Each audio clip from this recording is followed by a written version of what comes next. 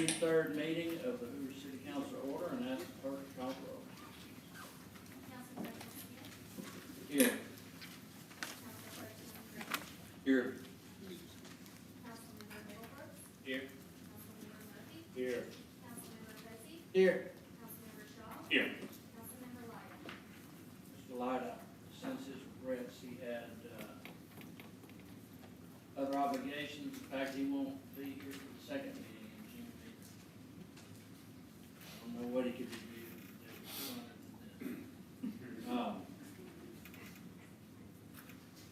If the clerk would please provide our invocation and Mr. Posey the pledge.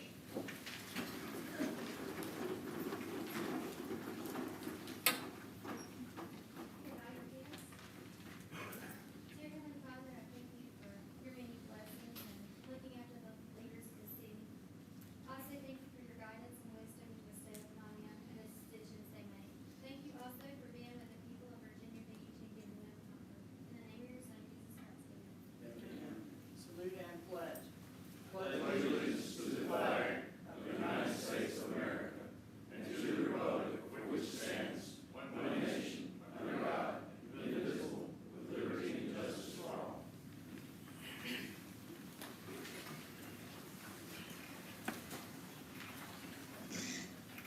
Okay, we need, we received the May 2nd, 2019 work session minutes. Our boss is working to get caught up. So, chair's open for a motion. Move for the approval of May 2nd meeting minutes without reading. Second. A motion second. Any changes recommended? Hearing none, all in favor say aye. Aye. Those opposed, nay. The ayes have it. Announcements, reports, guests, employee recognitions, proclamations. I see State Representative David Wheeler here. Thank you, sir. I know y'all, Sonny died on Friday. I used to working on Friday. All right. Where's Joe? Joe Reeves, former Councilman Reeves, where are, there you are. Been missing. Oh, yeah, still got my Diet Coke. You're correct. Thank you for being here. Any other recognitions? All right. Then let's get into the consent agenda. Well, before we get into the consent agenda, Mr. Mack, any changes? Yes, sir. One property was removed from the public nuisance, so you got two cases tonight instead of three. Those two cases are West Streets.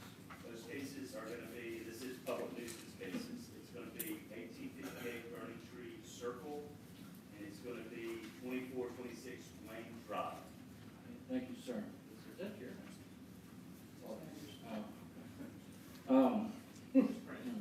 Yes, sir. There's one staff report tonight. Okay, all right, well,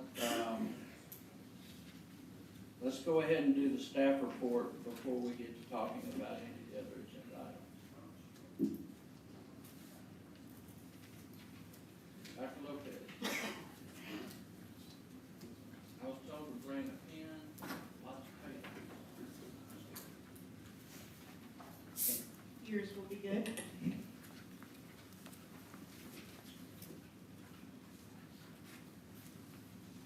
All right, good evening. Thank you for the opportunity just to update you on the current status of our information technology plan for the city of Hoover. You probably remember that this council back in fiscal 2017 and 2018, just after you had taken office, you guys invested a little over $2 million to upgrade our IT infrastructure. And this was critical for our network and effective delivery of service to our various departments and thus ultimately our citizens. By the end of June 2019, so this month, we're happy to report we expect to have the backbone of this plan in place with the first servers live for the automatic failover between City Hall and Public Safety Center. Basically, the first service that will apply to will be the police department's NetMotion servers, which is what they use to run their mobile data terminals in their police cars. But over the next year or two, we will be adding basically all of our servers to that framework. And so we're excited to announce that. It's taken a lot of work. I give a lot of credit to these folks right here, city staff, Jason Cope, Greg Boykin, Tim Harper with Logista, as far as the implementation of that.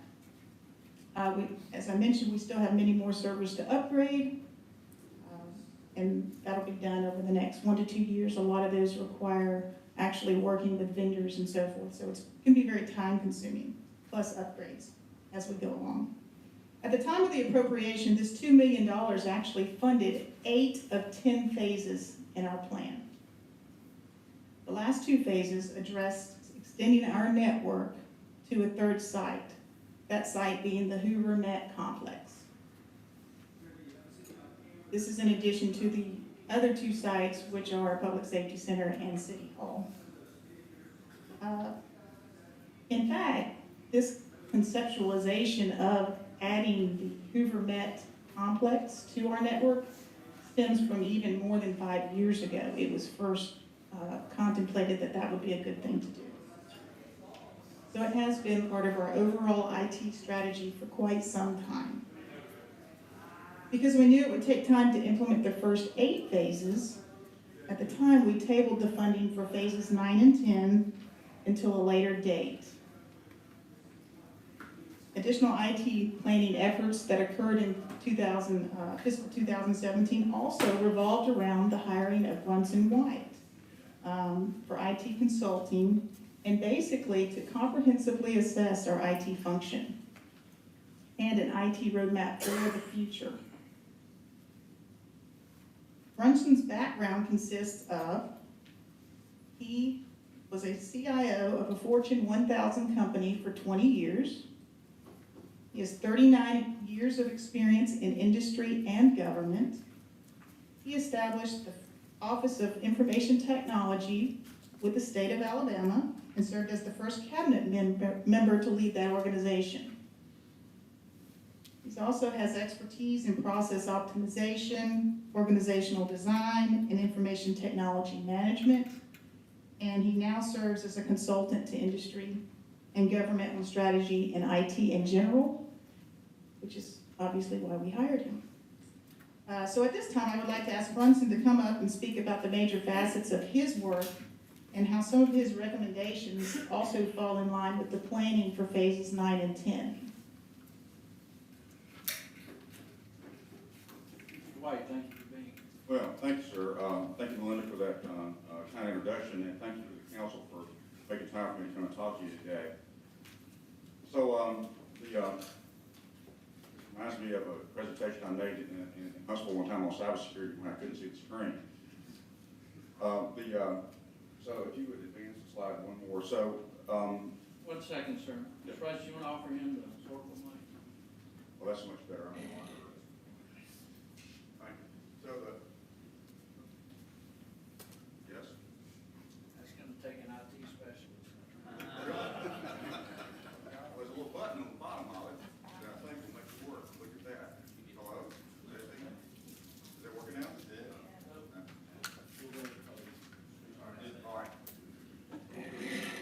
All right. Do you want to twist the podium a little bit? To where you can- I was trying to make a poor joke. So whenever I start one of these IT assessments, whether it's in industry or government, and I always start with 3 axioms, and those are that you really have to document just about everything that IT does. I mean, it's really, really important that you do that for lots of different reasons, and there are lots of anecdotal stories. But if you have like a security breach, the people that come in to save the day, they're going to want to know what do these systems do and how do they operate. If you don't have that, you're in trouble. Okay, that's one of the things we try to bring to the table. The second one is that you can't manage what you don't measure. Okay, you got to measure everything, and that gives you the opportunity to compare yourself to other people and to help you really accelerates your way toward being excellent. And the last thing is that the higher complexity is, the higher your cost is. Almost always is that way. So reducing complexity is going to make things simpler, and it's going to make them more affordable. So we came in and we did, after we were engaged in 2017, same thing we do every time. I have a proprietary methodology that I call Access 360 that looks at, organizations from the top down, the bottom up, and looks at it from an industry perspective and then from international standards. And for those of you that have an IT background, there's a international standard for service called IDOL, and that's one of those. The other one's COBIT, which is a kind of an audit standard. And so those things individually are kind of dangerous, but those things collectively are kind of magic, and it almost always gets you where you need to go, okay? And I've done this lots of different times, both, as an employee and as a consultant, and it's worked out every time. The process starts with an audit. And so we audited all of Hoover's IT assets, including hardware and software. And, Hoover's IT complexity is right on the cusp of being the high end, the medium, and the low end of complex. Your geographic diversity is a big, characteristic in that. I mean, you're a large organization. And so we conducted that assessment, including all the IT positions and the people that were in them. And then we did 20 development assessments for key IT people in the organization. And these are, assessments that are, look at people's personality. They look at Myers-Briggs analysis, if you're familiar with that, and looks at people's leadership styles and how they communicate. And, these things that I do, these assessments I do, when I'm through with them, they can't fail. The cities and counties and small companies can't afford to do them over again. So it has to be done correctly. So really important to do that in a personnel assessment to make sure you get the right team. And then we started to do analysis on how Hoover went about, conducting the business of managing IT, and then also looking at various organizational options for them going forward. So next slide. And so we came up with a number of findings, okay? First of all, Hoover is well managed and has competent people. Don't know the percentage, but that normally doesn't happen when I'm doing these, particularly in cities and counties, okay? And so that's a great thing. But there's some other issues that we found that can help make Hoover more effective and more efficient. About the time that we were really looking at coming up with better governance models for the city, there was an audit exception in 2016 because we didn't have a governance model. And it was really kind of, coincidentally interesting that, we were working on that about the same time that audit finding came out. And so that was one of the things that, we had already started working on. And it is an important thing, I think, for Hoover to have, regardless of the audit exception. And there are a few key areas, I think, that need to be addressed. And then finally, and I'm going to talk about this a little bit more in a minute, is Hoover has a legacy decentralized IT organization. But a little more than half the people are not in the central office IT. Okay? Next slide. So we established a steering committee. This is a representational group, and it is a broad policy level organization that is engaged in the operational management of IT. I know that City Council has an IT organization, but what the auditors are looking for here is real simple. They want the department heads to have a voice in how IT is executed, because they're depending on those systems that they manage for Hoover's status as a going concern. Okay? They don't want someone that has this, burning need not to have a voice at the table, and that's really what they're looking for. It also is a great way to have, management deal with allocating scarce resources before they have to come in here and try to battle it out. And so several things came out of our analysis that were priorities to develop a strategic plan for IT, and that process is well underway. We use the steering committee as a vehicle for creating IT policies and then maintaining those over time because those are organic and they need to change. To have a business resumption plan, of which there would be multiple components, and then to form this application control group. I'm going to talk about that more in just a minute. So the other thing that needs to happen is we need to centralize infrastructure in the city of Hoover. I guarantee you that when they automated data processing in Hoover, it was not decentralized. So, you know, everything happens for a reason. So somewhere along the line, they decided to partially decentralize IT. Chances are that happened because the departments were feeling under-supported, probably. Okay? And I'll tell you the same thing that I told the mayor. Having non-centralized infrastructure is dangerous. I'm not going to miss word about that, and that's got to change. At the same time, it's really important how we go about trying to accomplish that. So, my recommendation to the city of Hoover is to slowly and carefully go about trying to centralize infrastructure in a way where the central office IT takes on new responsibilities when they can deliver that service at an exceptional level. It's more important. That's more important than how quickly you go. Okay, and then because we're going to leave applications, in the departments, we need to form this application control group where people that are responsible for managing applications can come in and share best practices and jointly develop standards for how we're going to manage that software. And that gives us kind of a hybrid model. I think it's a much better model than you have now. And so let's move to the key considerations. So, there's two things here that are under completing the initial work of the steering committee. And the first one relates to business resumption planning, and it relates to this network that you guys have been building for a while. So regardless of how you get there, Hoover cannot have any single point of failure in this network, okay? You have a public safety obligation, and you have to be able to have alternate plans for delivering that public safety mandate. So there was also another audit exception in 2016 over inconsistency and data backup, so the auditors are already in this area looking at it. So it's an area they're going to continue to look at. It's part and parcel of COVID, as I mentioned before. And so this next node is critical in order to have this network that will be able to have no single point of failure and also have the ability to lose various facilities and recover from it. And so I think that's something that is lots of benefits to doing that, but I'd say it's almost a mandate. Well, it probably is a mandate. And then the last one is IT policy. I think that's a second priority behind this business resumption plan, but I think that needs attention as soon as people are satisfied that the business resumption planning is at a state where it can go into maintenance and it can be periodically updated as things change. And then the final thing on here is I think the city needs to continue to embrace outsourcing as one way of creating solutions.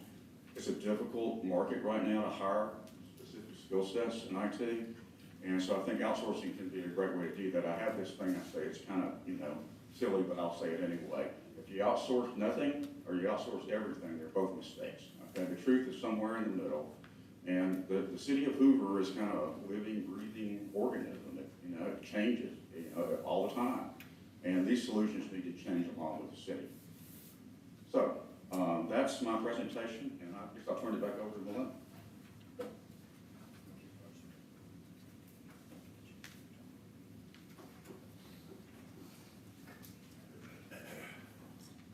All right, I'd like to spend a little time talking a little bit more about the third site at the Met Complex.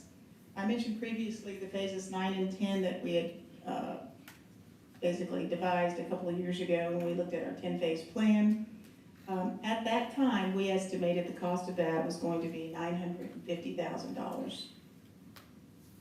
As you know, recently, and we've discussed it several times here, MCI Metro Verizon was looking to do a franchise agreement. We negotiated with them the ability to have shadow conduit put in along the paths that they were paralleling the paths that they were going to put in at only the incremental additional cost. In other words, there should be great savings because They already had their equipment, their people already out there, and it was just a matter of putting another conduit to do it along with theirs. As a matter of fact, we have estimated on the conduit alone that by taking advantage of what they have offered through that franchise agreement, it is approximately a 75% savings on that cost. So what we did, staff worked with MCI Metro Verizon. They provided us a map of all the areas in Hoover that they were going to put conduit. Keep in mind, this is conduit, so it's going to be buried. There are areas that they're going to go that's going to be aerial. And so we worked with that. Moose and I sat down several times and we identified areas that would be priorities for the city. Basically putting on a GIS map the location of our facilities, including especially the three main sites, Public Safety Center, City Hall, and the Hoover Met Complex. As you guys already know, we had developed these priorities. Priority number one was mainly between the Public Safety Center and City Hall, and you guys have already funded that, and so we thank you for that. The second prioritized route that we identified was a focus in the area of Highway 150 and Stadium Trace, and that was obviously to allow us to get a path to this third potential site at the Hoover Met Complex. In calculating what that would cost utilizing Verizon's shadow conduit, we estimate the conduit, the handholds, and the actual fiber run to be approximately $368,000. Compare that with our estimate 2 years ago of $950,000 had we do it on our own and bid it on our own. That's the type of savings that we're talking about from this opportunity. So it's roughly probably about 38% of the original estimate. So then that probably begs the question, why? What does dark fiber provide the city? As Brunson referred to, our infrastructure environment is somewhat complicated in the sense, or complex, I should say, and we have at least over 75 servers, including servers that we are providing services for 24/7 operations, public safety, very important critical operations. We have internet connections, we have storage systems, we have email, there's next gen 911, there's multiple things that the city of Hoover is providing to its citizens. And IT is at the crux of that in lots of ways. So our goal is, as we mentioned, to provide a network that's connected by these three main sites: Public Safety Center, City Hall, Met Complex. So we can still have connectivity and synchronization among all these sites if one route between two of the sites is lost. Specifically, some of the benefits then of this dark fiber at the Hoover, specifically at the Hoover Met Complex, we have the opportunity for additional redundancy, where luckily the part of the Public Safety Center and City Hall is providing one level of redundancy, but again, that's one path, and so this would give us that third site to give us additional redundancy, including directional path redundancy. In other words, we have City Hall and Public Safety Center located 3 miles north-south of each other, but the Hoover Met is in a different direction, further away. Should there be some kind of storm, the chances of affecting all of those are slim if we had that connectivity. During the SEC tournament this year, we in fact did have an issue that interrupted live radio broadcasts. This problem could have been avoided with the additional redundancy of this third site because the Public Safety Center and the City Hall internet connections would have backed up the internet connection at the Hoover Met when we had an issue with that. We could have avoided that issue with this third site. We also have many other needs and events that require connectivity every day, and therefore whatever that might be, whatever might be affected, the redundancy is a key to this. Secondly, disaster avoidance and business continuity. As it was mentioned, we have the current single path between our two main buildings, Public Safety Center and City Hall. we want to create another diverse path. This would allow, again, the Hoover Met to utilize the resources, like I just mentioned, the internet resources at City Hall Public Safety Center. It would allow 24/7 operations like public safety to have as much uptime as possible, as well as other departments, the continuity part of this.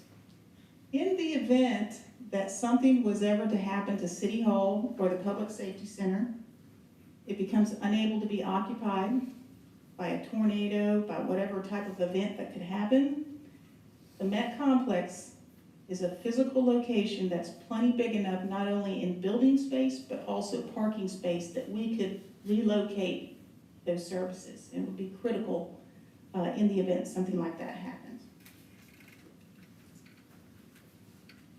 We also have the potential with this investment in capital, this initial investment in a capital outlay, to reduce operational costs. Right now, we have 2 internet connections at the Met Complex. We also have an AT&T ASE circuit. We believe we could get rid of at least one of those internet connections, as well as the ASE circuit, that would result in savings of over $20,000 annually. So over time, we would recover some of this money. Fiber to the Met Complex also improves speed and latency. Currently, it's going to be throttled to the ASE circuit, especially for the network connectivity we have. We do have employees out there, we do have SFM out there, and they are accessing some of our network to be able to get various information. We have cameras out there that have to feed to 911 and various people back at City Hall and Public Safety. All of these things are part of that, and it would then connect. This is important as bandwidth requirements increase over time for all of these services, and they will.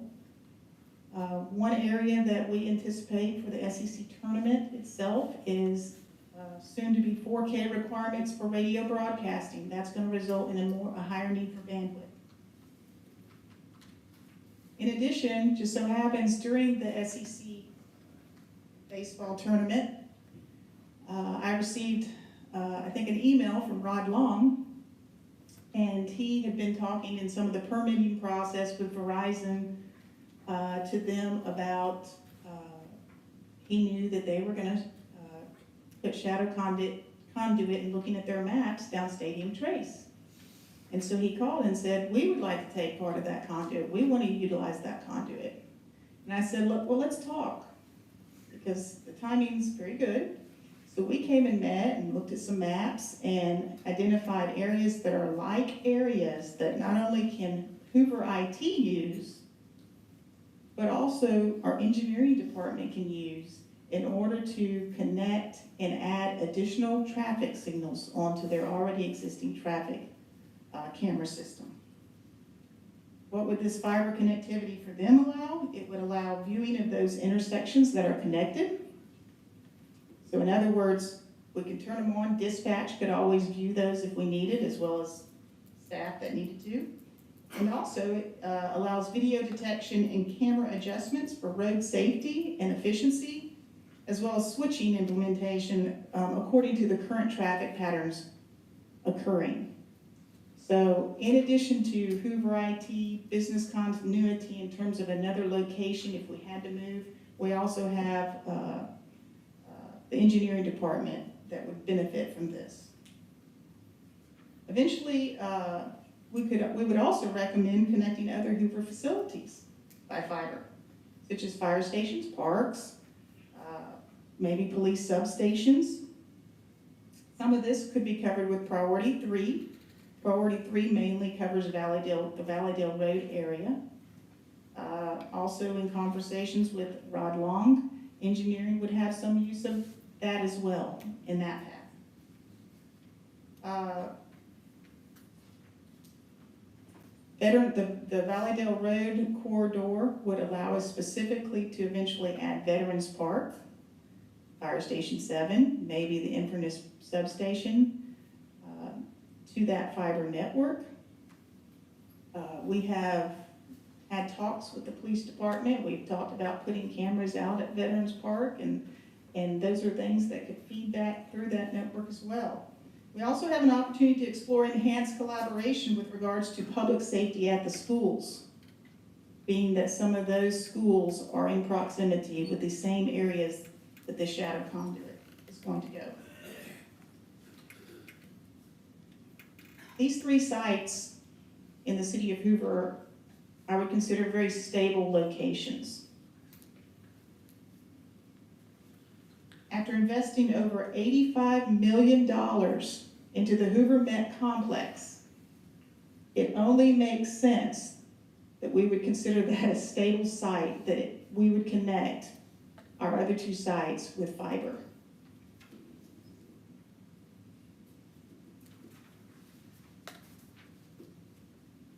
I think a lot of people are aware of the whole concept and the innovation of 5G that's coming down the pipe.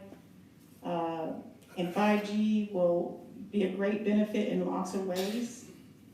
But I wanted to spend a few moments just talking about the differences. 5G will not replace fiber. 5G runs on fiber. That's why Verizon is installing all the conduit with fiber to make 5G small cells work. Fiber is the backbone to 5G. 5G is not readily available yet. Fiber is available and at a large discount right now for their conduit from Verizon.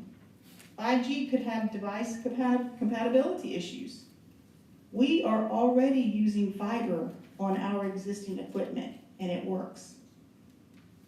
Fiber is more secure. It's a non-shared path. We're not using third parties. It's our fiber, nobody else is on it. We have lots of data that we need to be secure from a public safety standpoint, from other standpoints. Dark fiber decreases dependency on third parties. 5G would increase operational costs, whereas, as I've stated, with the capital expenditure in this conduit, we are able to look at decreasing ongoing operational costs. Dark fiber is a proven technology that provides consistent, high-speed data paths, consistent low latency. And I think everybody can relate that to sometimes cellular coverage is not always consistent. Generators can keep dark fiber running in the case of power outages. We have a generator here, we have a generator at the Met, PSC, that can keep our fiber and connectivity running for whatever's going on. Dark fiber is a future-proof investment. As bandwidth needs increase, fiber can scale up much easier. Thus, its useful life is many years to come and puts Hoover in a great position should we move forward with this opportunity. 5G works well for what's probably considered the edge or endpoint connectivity, but dark fiber is preferred for our interior connectivity. So in summary, we want to thank you for the investment that you've made in the city's IT infrastructure. We strongly recommend funding all of Priority 2 and all of Priority 3 areas of shadow conduit and dark fiber. Why now? This is a one-time opportunity to obtain this functionality for services now and in the future at this reduced cost. As a comparison of the savings at the Hoover Met Complex in the past year, 1 to 2 years, the city has paid almost $300,000 for conduit and fiber at the complex alone. That's not even to connect miles between facilities.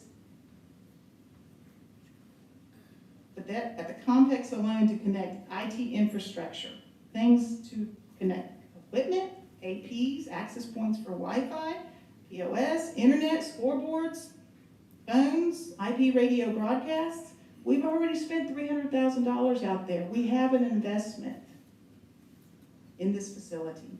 In addition, Priority 2's funding request to connect the third site is $368,000. So we're talking, and keep in mind, these are estimates. We try to build in a contingency. We would have to bid the whole fiber installation part.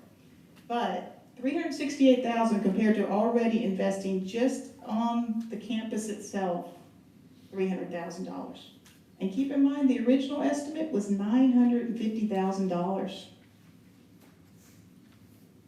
Both priority 2 and 3's total estimate cost is less than $950,000.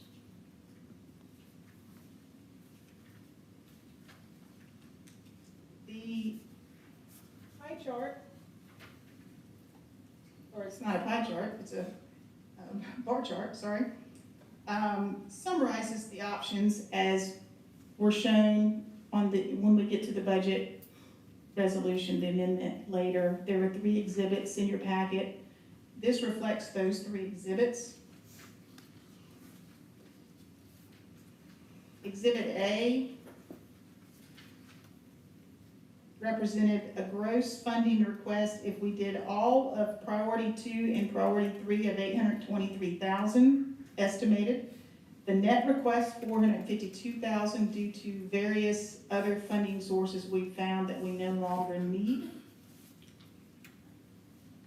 Exhibit B would be doing all of priority 2. Keep in mind, priority 2 is the Stadium Trace 150 areas. All of priority 2 and part of 3, and basically what the thinking is there, let's go ahead and pay for the conduit part of that, and we can maybe fund the fiber part later. $688,000 with a net cost of $317,000. And then Exhibit C is covering all of priority 2 only. And with the funding that we have found, we actually bring back to the city $2,200. So there's a net, basically a net zero cost.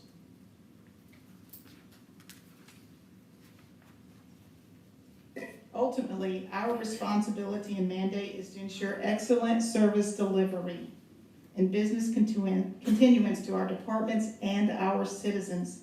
This customer service mindset is critical to the success of Hoover IT and the city as a whole. Thank you for your consideration. And if you have any questions, staff and myself and Brunson and Tim Harper are available. Would you like to introduce the other 2 on the front row? Absolutely. It's not a head nodding, so I thought maybe, So you've already met Brunson White. This is Tim Harper. If you remember, Tim Harper served as our interim IT director for several months. We still utilize his company as that augmentation of service that Brunson referred to earlier. That's worked really well. This is Greg Boykin. He's pretty much the mastermind behind most of our IT setup and infrastructure, and we can attribute a lot of this to him. And then, of course, you know Jason Cope as our IT director. Yes, Mr. Moose. well, I remember when Mayor and I and Mr. Rice were all still working fire department, and Dave Donaldson told us about the AS400, said this will work for 100 years. It almost did. In technology time. Council, I'm gonna hold my thoughts and give y'all first opportunity, so.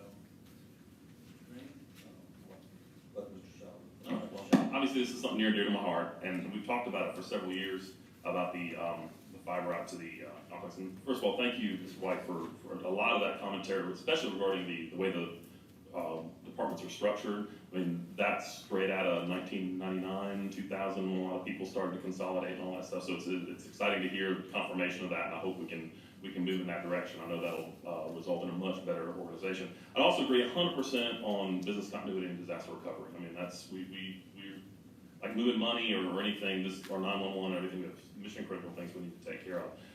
Having said that, I still think extending fiber out to Findlay is a Ferrari, not a pickup.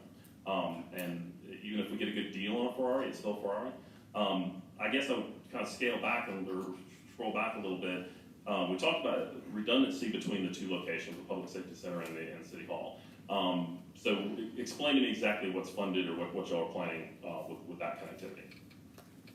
Are you talking about the first phase that Yeah. that you guys funded before? The redundancy between City Hall and the Public Safety. Yes, Center. 'Cause so- I know that's where the storage lives at those two locations, right? Yes, that's correct, currently, yes.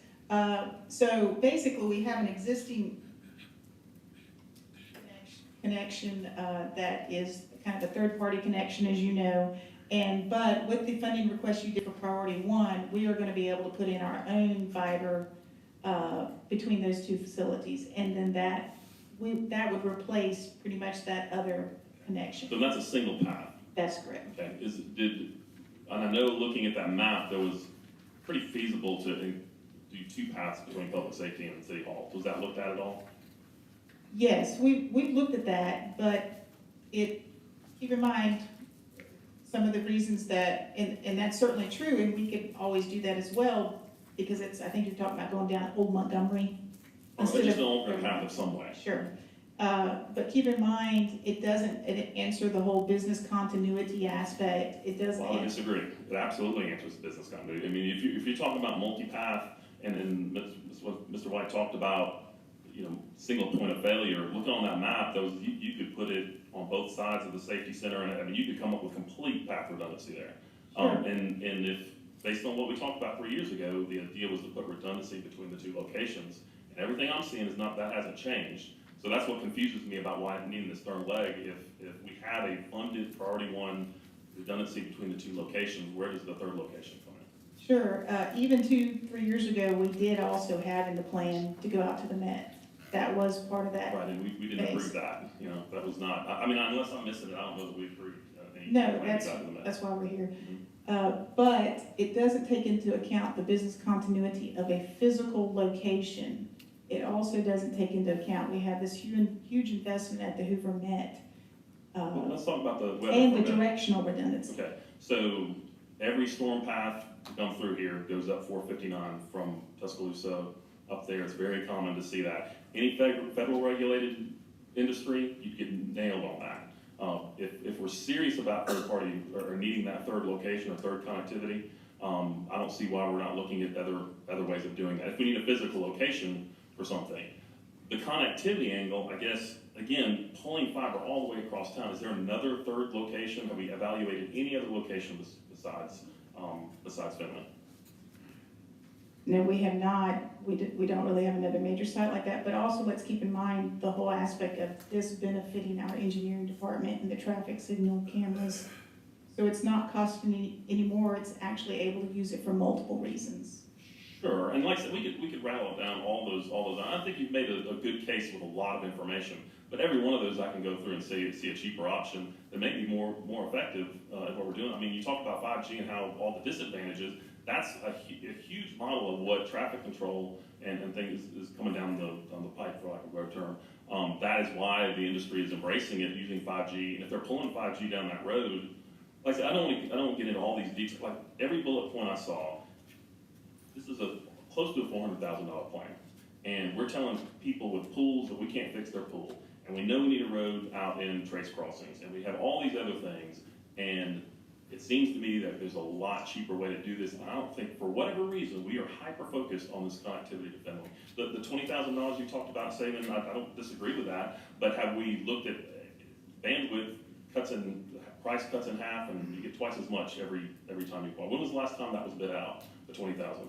Actually, our AT&T is off of a bid, Okay. and Charter is a diverse connection. Okay, so when does that come up again? I believe in talking to Mr. Powell, I think it renews every so many years, and there's a new one that goes in effect, I think, October. Okay, and so that could go down to 15 or 16 or 17 or whatever. It's hard to project out how much the savings are when prices are going down consistently on bandwidth. So like I said, I don't want to get on a bullet by bullet, I don't want to refute your points, but we're being asked to spend a heck of a lot of money. And that $368,000 is a lot of money no matter what you're talking about. And I just think I haven't seen the effort to come up with cheaper alternatives. What I see is a lot of effort put in explaining why this is a great idea instead of looking at other alternatives. And you know, I appreciate the effort that's gone into this. I just don't see, if I came home with a Ferrari tonight and said I got a good deal on it, I have a lot of explaining to do. And I don't want to have to explain that to the folks in Hoover who talks about how a big ticket item like this. So thank you, Mr. President. Mr. Green? Yes, Mr. President. I don't know where to start. One, I am a worst-case scenario person, and one thing that public safety, of course, is the top of my list. So when you mentioned if something happened at City Hall, do we have another place, like the Finley Center, like the Met, that really struck home with me. I would love to have something like that, because I do realize in this world we live in, there could be an earthquake, and this building could be damaged, we couldn't use it. Public safety, just at the top of my list, and I want to say this, our staff, I trust all of you. It's what I look for you, and I trust the other parts of our staff, our legal staff, etc. You brought this to us, you've done a lot of work on it, we've got a consultant that you brought in. Mr. White, how many years do you have in this business? Almost 40 years in this business. I don't know what negative, other than possibly looking to save some money somewhere, and I feel like we need to strike while the iron's hot on this. So, I vote, tell you now, I'm gonna vote to move forward with this. Mr. Green, you know there is redundancy in public safety center. Mr. President, can I ask a couple questions? And I'm following everything you guys have put forward. I just have a few questions. One had to do with the weather, and having worked in television for about 12 years before going into private sector. The majority of the weather is going to come from the Finley Center this way toward City Hall and toward the Public Safety Center probably last. So I'm feeling like if that's one of the chief things, we need to look east instead of further west. Because the one tornado we've had in recent past came from that hurricane a few years ago, and it spun up just around Morgan Road, so headed toward the Finley Center. Now, that was a hurricane, that was a different kind of circumstances, but the one tornado we've had recently was there. So that would have been the first path of being affected, and probably City Hall would have been the last. So knowing that everything comes from Tuscaloosa down 59, it turns around and usually goes around Birmingham. I'm just thinking a major storm would hit that first and then would move this way. I know that's one aspect of it, but it's just a thought that maybe east is better in terms of another point of redundancy if we were looking to move operations and everything that way. And like I said, I know that's one point. I mean, what are your thoughts on that? I mean, honestly, my thoughts are, if I could predict where the tornadoes were going, I probably wouldn't be standing here, so. That's true. That's true. I think the key is we're trying to develop a system to make us, as best as we can, be ready if something did happen, whichever way it may be. We can't predict it. Sure. And as far as the funding goes, with the $2.05 million that we funded, is all of that been expended? Not the, well, we do have a few things still to purchase, switches, some equipment and so forth, and then the actual included will be some of the fiber costs. Okay, so some of that cost is gonna be built into this initial allocation for For the phase one, yes. phase one, but Yes. not for phase three. That's So correct. we have no savings in there to allocate toward this. Well, it's hard to say until we bid it. What has to happen here, we will have to bid the actual inputting the fiber. That Verizon doesn't cover that. Okay, And so it's an unknown. We've estimated it. So there could be some savings, but we just don't know yet. okay, and It could come in higher too, so. sure, and that's a question there. I mean, but we can't answer that right now. The other question I had was about, yes, we have put a lot of money in the Finley Center, and it appears that based on what we're hearing from SFM, putting more things out there is something that's gonna have to be looked at as far as the high amount of revenue generated. With this amount of money being accrued from interest on that bond payment, on everything, all the money we got when we did the bond issue, is there a way to pull this from anywhere besides that fund, or is there a way where we can have some money set aside to fund future improvements out at the Finley Center if we were to add more fields or look at more amenities?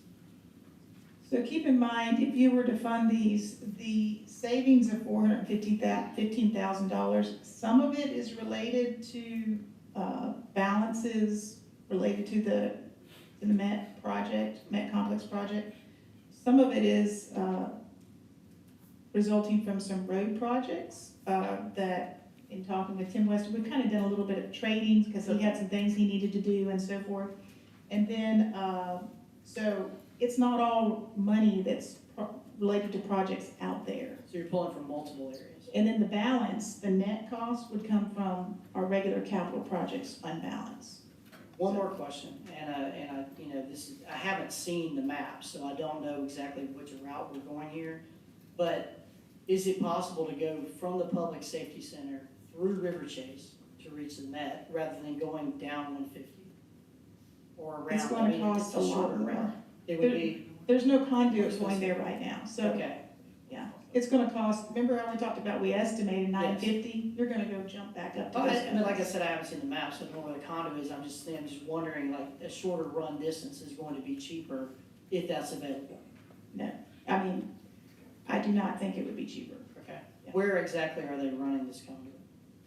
The phase 2, priority 2, is parts of 150, not all of it's underground, and then pretty much all of Stadium Trace. Okay. All right, to get out to the Met, yes.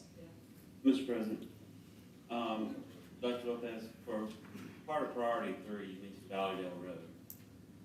I know that when we sometimes do road projects, they have to dig up fiber, replace it, and so forth, and that's usually cost back to us to do that. So the Valleydale Road extension being projected, are we laying this fiber too early? Well, keep in mind, it's in line with when Verizon does their phasing, and I believe that's one of the later phases. I don't have that with me, but I believe it is. And so it's not happening, Valleydale Road's not necessarily happening now, but there are certain Maybe a areas. decade? Pardon me? I guess about 10 years maybe? No, it's gonna be within the next year and a half. However, I did have a conversation with engineering, with Tim and Rod, about, since we are doing Valleydale Road, maybe we could get the contractor to do the exact same thing. We talked about that. It seemed like this was probably a better opportunity, and probably, again, less expensive as well, so. But if we lay it and then we come back and do the road there, we would be paying twice for it. I don't know how they work their projects if something's in the right of way, but I wouldn't think so. We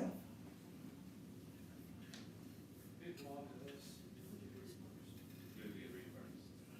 From whom? Since we're a small utility user, they pay us out our power and large utility companies. We don't have a microphone. Mr. Long stated that the city would be reimbursed those amounts by Alabama Power because we're a smaller user Reimbursed by Alabama Department of Transportation. of that outlet. Thank you. Doctor, might have been a doctor one day. I always, in technology or any form of work that requires specialty, I always try to lean towards the folks that specialize in their field for certain things. Thing that kind of has me in the middle, I had an opportunity to look at the SEC network and see the commissioner of the SEC make a comment about the city of Hoover and the SEC tournament, and he stated that 4 or 5 years ago, a particular baseball coach, didn't really say the name, said, "Why in the world are we even in Hoover?" And then on the back end side, with all the amenities and things that are going on out there, the Finley Center wasn't offering, he said, "Why in the world would we ever leave the city of Hoover?" So, we have a pretty significant investment asset out there at the Finley Center. So I guess my only question is, the stakeholders that's at the Valleydale Center, how well are they saying the first phases have benefited them? Did they give you any feedback on that at all, or have the work get started? I thought I'm hearing the work get started. The first phase? Yes. The work has not started So yet. no work has started at all. We're waiting to give them, Right. And that's to the Vallejo. no, that Public was center. basically between Public Safety Center and the City Hall. Okay. What are they saying now on the connectivity now? Is challenging, is beneficial, or what Are you referencing the SEC? No, I'm referencing the Public Safety Center. Yeah, we have an existing connection that we do not own, Right. but that one is gonna actually replace that. It's part of a franchise agreement. The one that you guys have prioritized, that we will replace that one. I guess what I'm saying for the end users now, are they having challenges now? And how beneficial with this new technology or new So, hardware coming to play? right, so as I said early in the presentation, by the end of this month, we anticipate having a lot of this infrastructure you guys funded in place.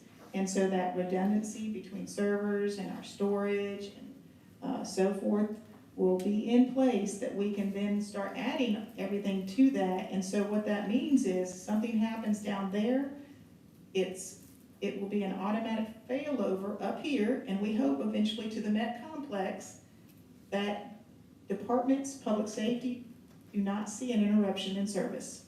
That's the goal. I just always try to find ways to gauge, when we spend money on assets, Mhm. how in turn that comes back and real life kind of processes and things in place.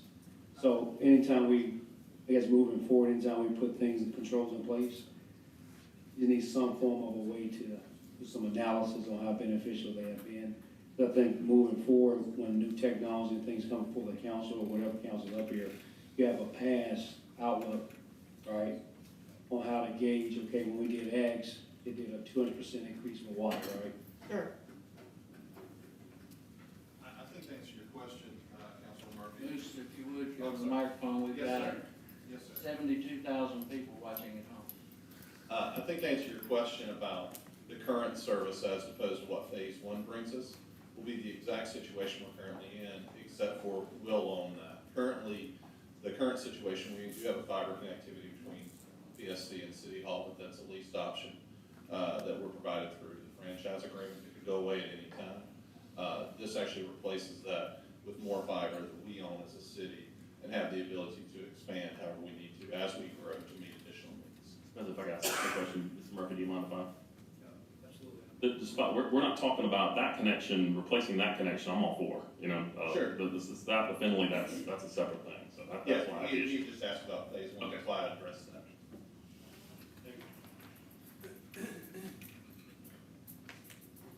Anything else from any of y'all?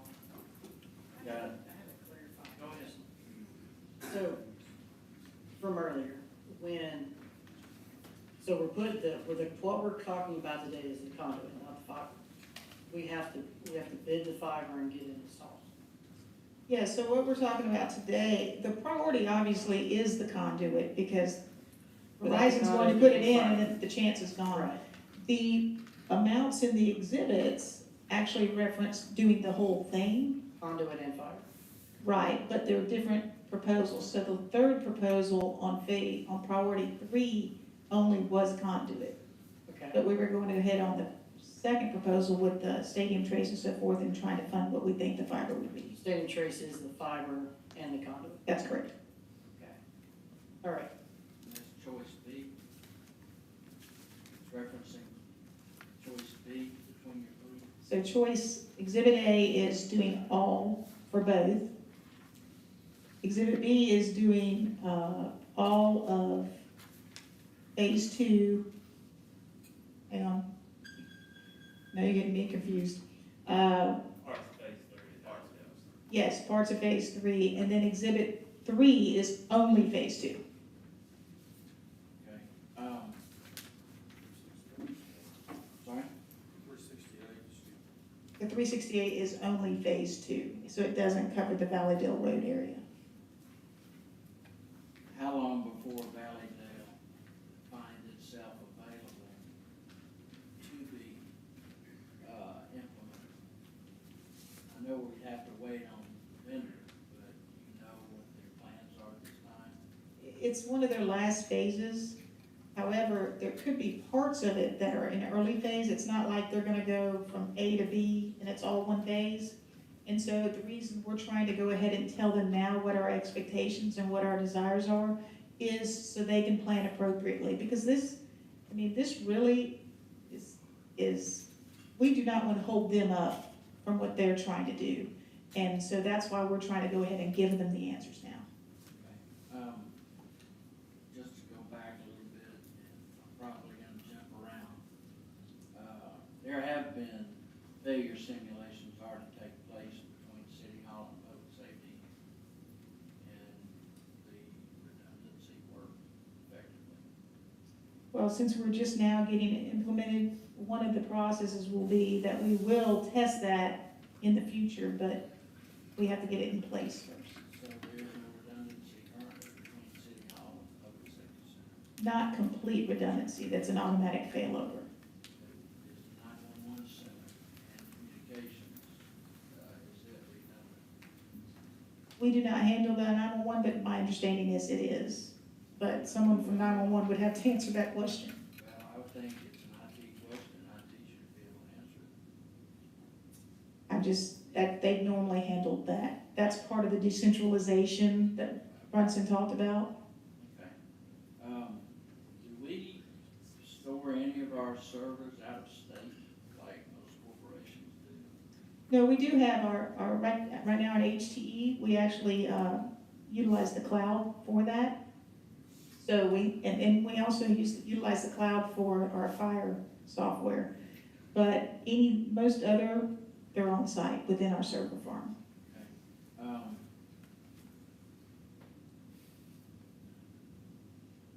With option A, or even with phase 1, was the library, park and rec, were they included in any of that? Since we're on the same roadway?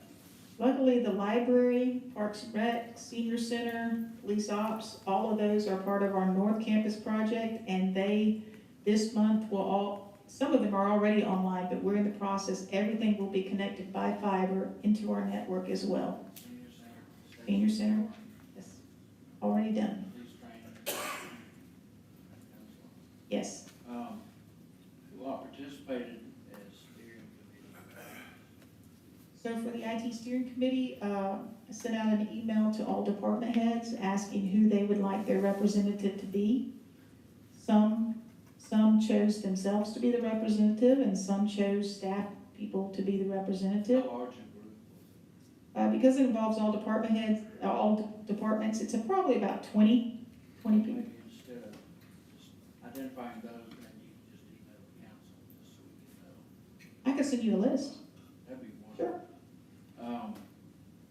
The 950,000 that you originally referenced, that we're now at a point of a 75% savings, correct? So the 950,000 was our original estimate. Right. We're saving only on the conduit, Mhm. 75%. We Okay. still have to pay 100% of handholds and fiber. Okay, how much of the 950 was only conduit? We didn't break it down that way then, And how do we know the savings if you didn't break it down?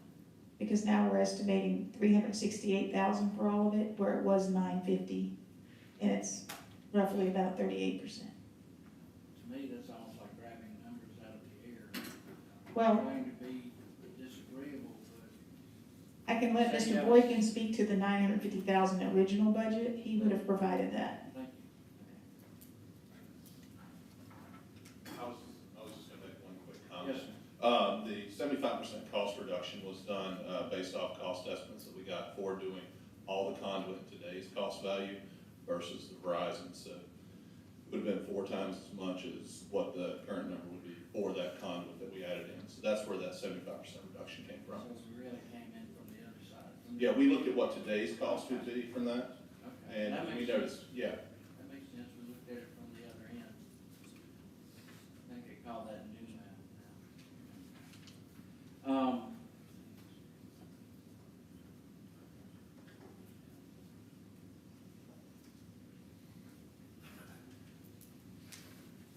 If the fiber goes out to the Met, is what we would be voting on just to get the fiber to the property and equipment and everything comes later? We have some of Any the, this money, is any of this money for, funding equipment in the facility? none of this request is related to the equipment. We do have some equipment already, and then we would be able to tie it in with this. There would be some additional equipment, mainly packet lights.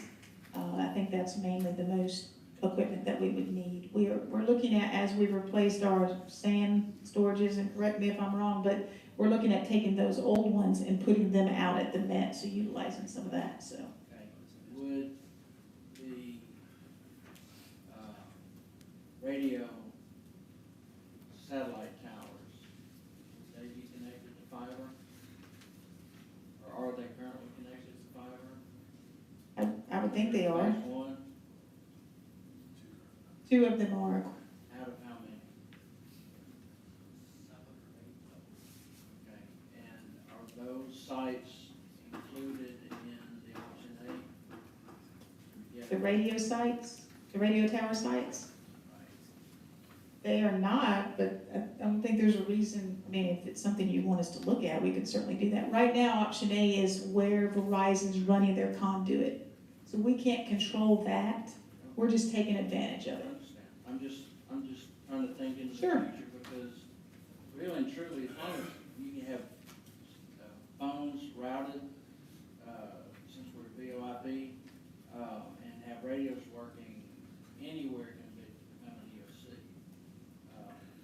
Back at one time, Station 7 had an area that was a backup dispatch center. Keep in mind, you have a lot of people at the Public Safety Center, and it's hard to put them in Station 7. No, I understand that. They probably pulled the trucks out. You're not, in that type of situation, you're probably non-essential personnel that are taking places home, I would guess. Well, if there's a complete loss of a building, they're gonna have to work at some point, I would think. At some point.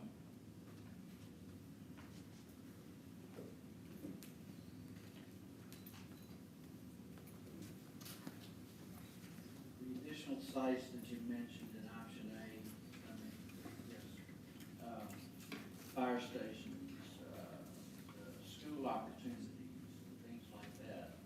How far down the road, before those would be visited, completion, or bringing them into the system? Honestly, if we're running fiber and going right by a facility, we would look at that in that time period. Could the city afford to provide those additions to the various schools, knowing that the school system is always talking about how much money that they need, knowing that they're gonna be having elections sometime in the foreseeable future to try to go live bill cap. I'm sure they would come to the city and ask for bids for the cost of those connections. How does Hoover and Aldott currently manage its video sites, the cameras that are in place? So I will turn this over to engineering, but I will say that we have our own camera system for cameras we maintain. And then, of course, Aldott does too, but if you guys want to expand on that. I would guess that it'd probably be very similar systems between the two agencies.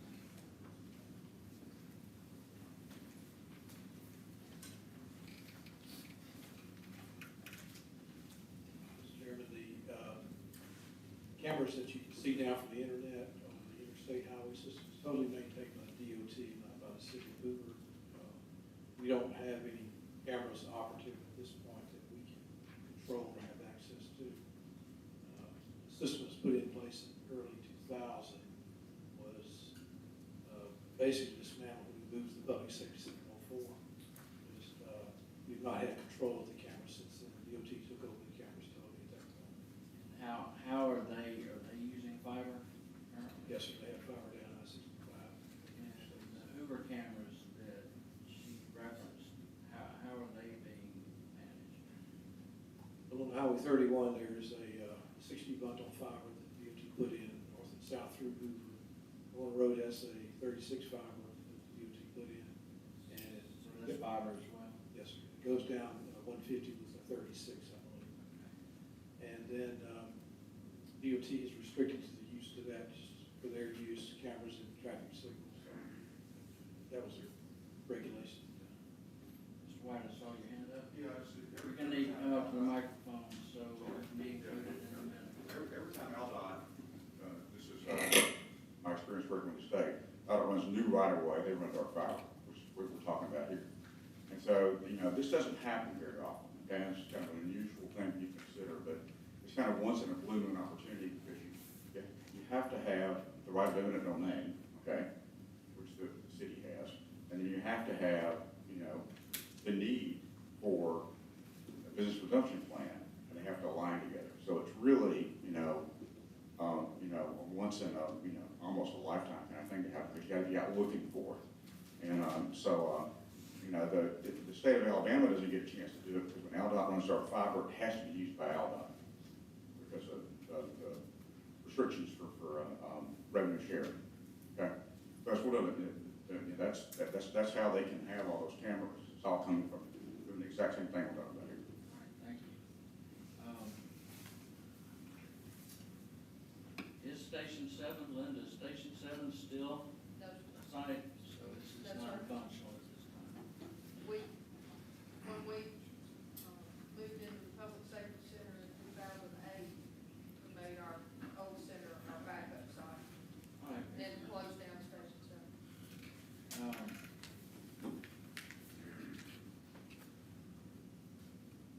I guess my final question, well, I've got two. My almost last question is, what is the real ask tonight? Is it 3, 6, or 800,000?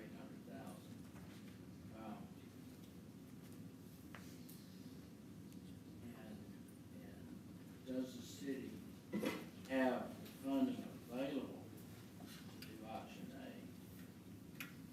I'm gonna let, excuse me, Mr. President, I'm gonna let Dr. Lopez answer those questions. I had a partial answer to your school question. Yes, sir. I don't want to provide.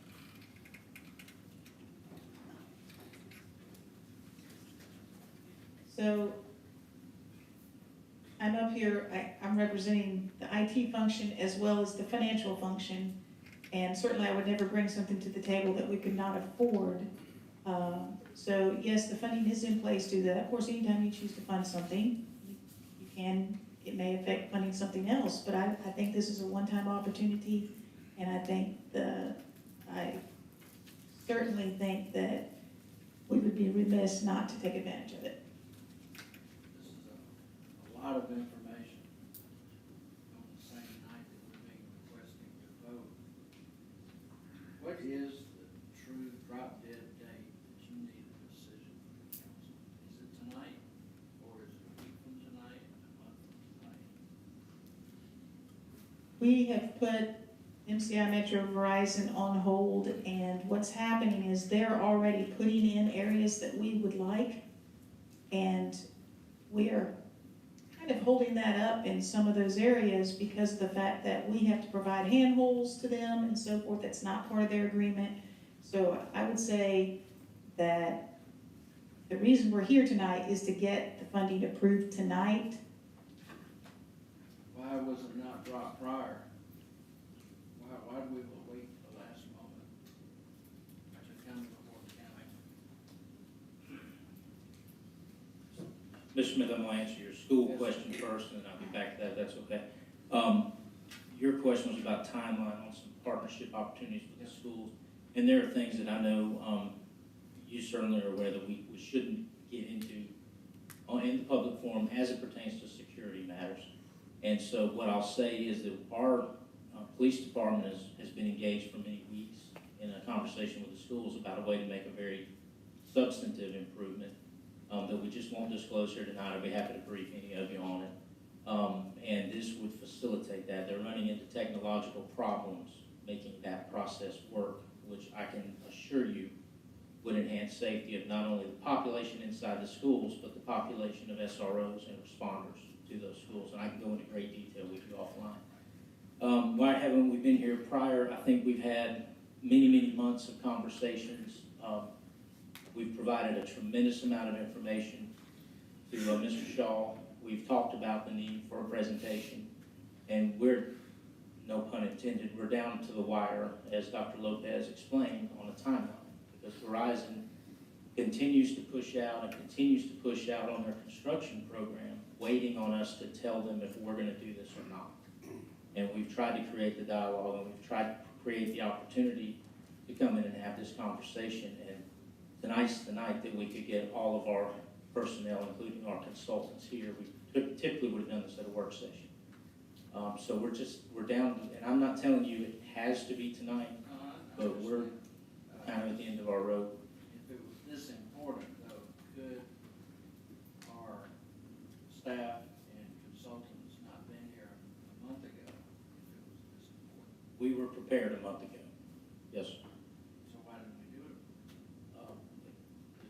The Technology Committee did not schedule a meeting. Oh, well, Mr. President, if I can address that very quickly. Yes, sir. All right.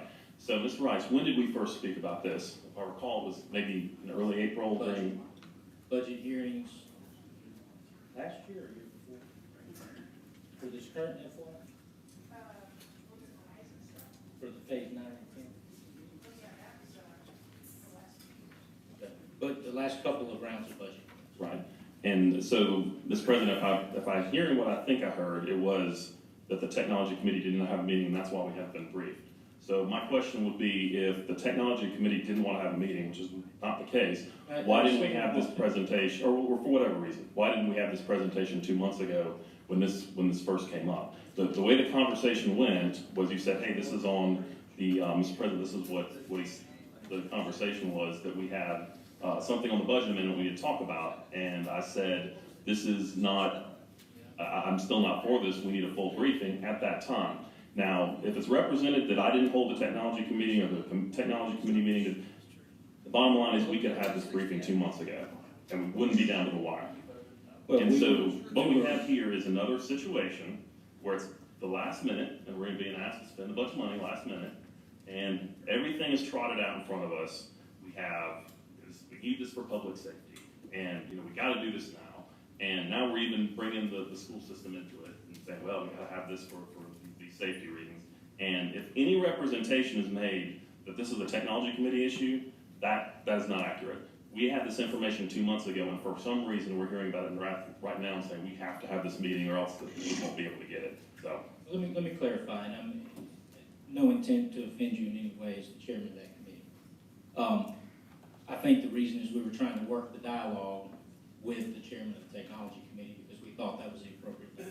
We thought that was respectful to his position. I'm not saying he chose not to call a meeting. I'm saying a meeting didn't happen, and there are many different reasons that could have happened. As we were trying to work through what we believe the proper process to be, the clock is ticking. And that's real. I don't know how many times I've spoken to Dr. Lopez. She's gone back to Verizon. She's asked for an extension. She's told them there's a meeting coming up. We're going to try to shoot for the agenda.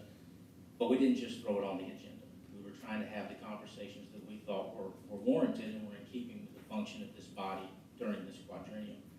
So, Mr. Shaw, that was not to infer that you chose not to have it. and I just want to be clear that at any time, if I've been approached to say, hey, we want to present this to the Technology Committee and we have a presentation ready, I would have had a meeting within 24 hours, whatever we needed if there was a time crunch. Right. But I kept seeing it kept showing up on the agenda, and you mentioned it, and I said, well, we need a further briefing on that. I would have had a Technology Committee drop of a hat. We would talk, and you indicated you weren't yet ready, and we'd take it off.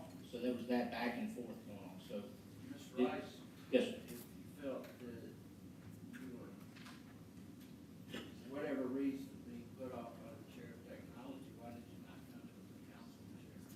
Well, I want to be really, really clear to say, I don't think we were being put off. I think the dialogue was not maturing to the point where it was ready to go to committee. And that, I want to really reiterate that. It wasn't that we thought, that Mr. Shaw was not working with us, it's just the clock was ticking. And to the heart of your question, and I think that would be a pretty interesting tack for us to take if we were trying to work with a particular committee chair and then just decided to, I think that would be viewed as an end run by many of the members of your body, and that's not the way that we would want to go. The last comment I'll make is that and I want to borrow your analogy, if that's okay. I've been associated with the city in some shape, form, or fashion for 27 years. And we do provide Ferrari level service. And if I pulled in my driveway tonight in a Ferrari and said that I only paid pickup truck prices, I would be the hero of 1732 Rockhampton Circle. I would not be in any trouble. And I think that everything you've heard stated tonight is a consensus opinion by your professional IT staff, by the consultants that we have chosen and engaged. And we firmly believe that this is in the city's best interest. It's at your behest, but you have our strongest recommendation. Mr. Posey. Thank you. I'm just gonna be honest. There are a lot of numbers and a lot of things, and I think that in that hour I've tried to keep track, but y'all lost me. Like, I don't understand how this fits into the whole thing and all of this, and for that reason, I need to hear it again. I mean, I'm not saying give the presentation again now, I'm just saying, is there any way we can put this on the 17th agenda, and in between that time, somehow have this committee meeting, go over it again in detail, where I can understand Mr. White's part of it, as well as, I'm asking questions like, well, does this include the fiber? Does it include the installation, or is it just conduit? Clear cut, maybe with the maps included of where we're putting this, something like that. I mean, I need clarification on it. We're an hour and a half into this amendment, this meeting, and we're not even on the consent agenda. And I think we're gonna be here another hour if we try to get down to just, I think this is number 15. I mean, we're beating this horse. And I'm not even on the horse. I mean, at this point, I'm lost. Mr. Posey, it wouldn't have to wait till the 17th, we could have a call meeting necessary. Should this not go with the city? I mean, I don't know about the rest of you guys. I'm completely lost right now. Mr. President, I am not Yes, sir. lost. You're right next to me. I am not lost in this. I concur, Mr. Tree. Yes, sir. I'm wondering if, because we have this other issue to deal with later in the agenda, should we, this is already, That's fine. I mean, I can ask the questions again then, and maybe get some clarification then, but it's 7:30. Mr. President, just the budget amendment is designed to do. There is, so tonight is nothing but about funding, correct? There Yes. is no vote. well, if you vote, Implementation of, I guess the expenditure. there'd be a contract to follow. Okay. Mr. Smith, I think if you position funding tonight, that might be approval. Let me make a quick remark just for your deliberation. We want the members of the council to be comfortable. This is not a bum rush. We want Mr. Posey and everybody else to have the information that they need. So please factor that into your decision making. We will contact Verizon again if that's the necessity, and we'll ask them if they'll work with us to get through the 17th. I can ask questions again. If everybody wants to go forward, that's fine. We'll be together and ask them. How, would there, once this is funded, would there be contracts to come back before the council, or how would all that be facilitated? I was not aware of an additional contract, however, I'm emailing to ask that question. So Well, I I guess can't so. 100% say. Mr. President, didn't we approve the shadow conduit, I guess through the franchise agreement months ago? Well, was that the contract Phase you were one. asking about? Yes, we did for phase one. We've held off on the purchase order to them. So that contract's already in place. Yeah, we didn't have to sign a contract, it's gonna be the funding, I think, but I just will need to make sure of that, because my understanding is they would take a purchase order for the amounts they told us it would cost. Mr. Corley?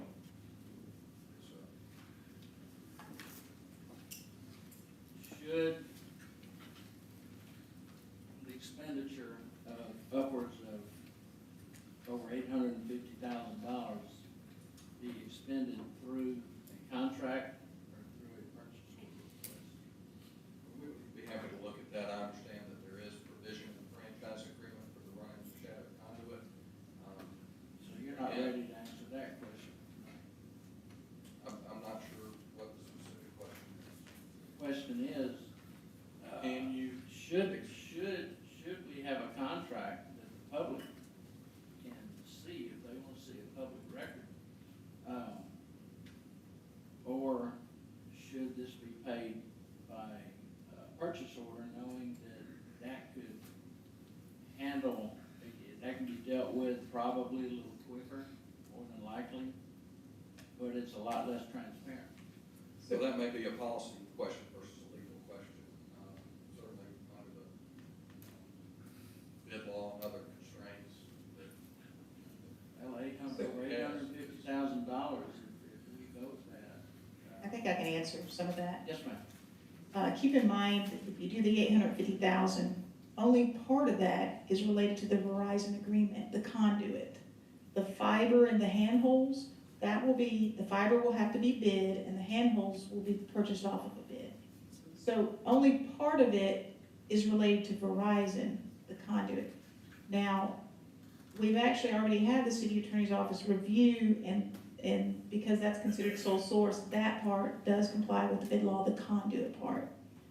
So I just want to make sure that was clear. So fiber still has to be bid. So Yes. what we're voting on here is only conduit. No, well, there's different scenarios, but if you do scenario A, it includes what we think will cover the conduit, the handholds, and the fiber. Are we confident that that the fiber would not come in higher? I feel pretty confident because I tend to budget with contingency, but certainly I don't go out and put conduit in, I have to admit, but we've gotten some good estimates, I think. So you're talking about the higher expenditure, the 800,000 is gonna be It's all conduit in. and fiber. It's all All in, right, let's talk about option C.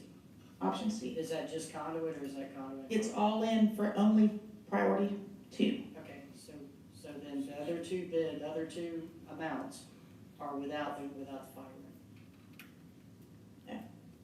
Exhibit A is all in for phase 2, priority 2, and priority 3. Okay, Exhibit C is only priority 2. okay. Exhibit B is all in for priority 2 and only the conduit for priority 3, just so we can go ahead and take advantage of it. So you're running the conduit down. That's correct. Not the fiber. That's correct. That's where the confusion was. I I'm apologize. seeing priority 2 here, but I'm looking at these numbers as Sure. well. Mr. President, then tonight is just the 368, correct? We're Plus, requesting, we've given you 3 scenarios. Our request obviously is for both, but at a minimum, phase 2. it would be phase 2, yes. If we voted option C instead of option A, what savings will we lose while still working on any additional homework the council may feel necessary? We can lose money by waiting on option A, whether it be a month, whatever. So I'll be honest with you, if you do option C tonight, which is priority 2, that's what I consider critical in terms of timing, because they're already out there working. And if you wanted to delay priority 3 to the next meeting, because they're not doing the Validale portion yet. That would certainly work. So if you want to do Exhibit C, Gonna do Validale as well? I'm sorry, Is Verizon gonna do all of the infrastructure within our needs? they're going to put conduit, for almost all of Validale Road from Highway 31 to basically 280. Okay, are they going to provide conduit to fire stations?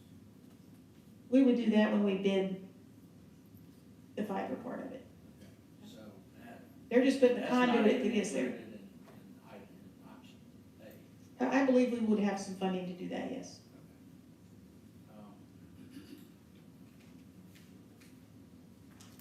The money to fund the energy options is coming from where? I'm sorry, somebody coughed and I couldn't hear Sorry. it.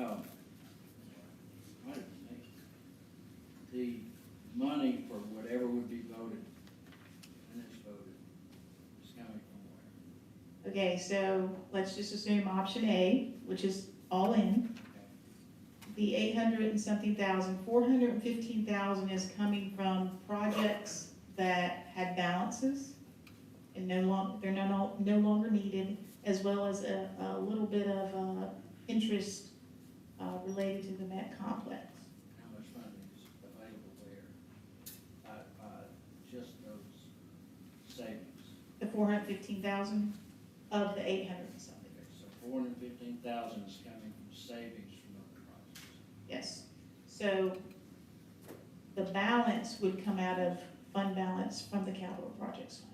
So the 300 and something thousand. And has the money from last year's budget, how much was transferred from last year's budget to this year's capital?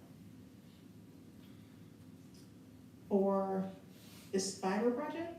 No, just in general, there's all. Oh, you mean at the end of the year? Carryover, right, because the end budget. Yeah, I think it was around $3.5 million. And We have not deducted quite, from that, and the number of budget members, what's left of that? probably around 2.9 million. Okay. Then we budgeted how much for capital for this year without including, The 2.9 million is the balance after all of the items you approved. that's the complete Mhm. balance of the capital fund. That's correct. How much more can we drain off of the capital before we are into our reserves and still take care of the capital budget? What parts of the capital budget are we gonna have to walk away from? Well, nothing, because you would be spending unallocated fund balance. So basically, if you did this, you would have about $2.5 million still left to be allocated for other projects, as well as whatever we end the year fiscal 19. We budgeted how much for capital this current fiscal year? I'm gonna be honest with you, my memory has failed me with that one. It has me too, but,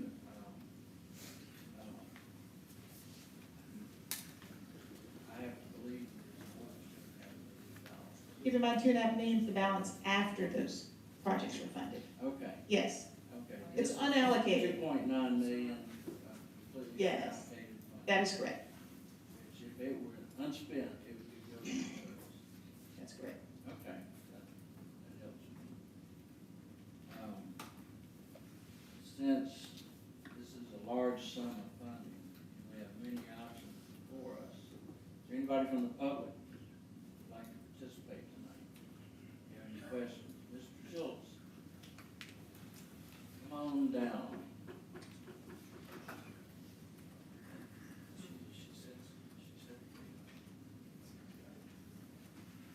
Robin Schultz, Albemarle Drive.